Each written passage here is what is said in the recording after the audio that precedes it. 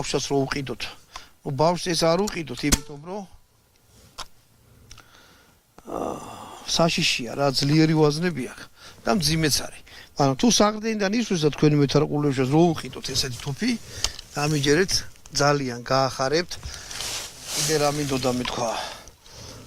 აი აქ პიკატინის თამასა ქვემოდან კიდე შეგიძლიათ დააყენოთ. მიმართველი ლაზერი, ფანარი შეგიძლიათ ამაზე დააყენოთ და ესე ძალიან სასიამოვნოდ კარგად დარეზინებულია.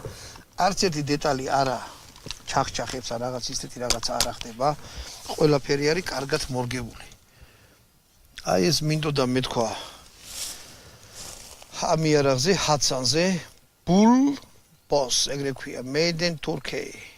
ჰატსან. ბულპაპის სისტემის ტირის თოფზე. კარგად ვზადეთ პატივცემულებო, არხი გამოიწერეთ, გვიყურეთ. შემდეგ ვიდეომდე მე ხლა ავდგები და ისევ აღმართი ჩავალ საიდანაც ავმოდი.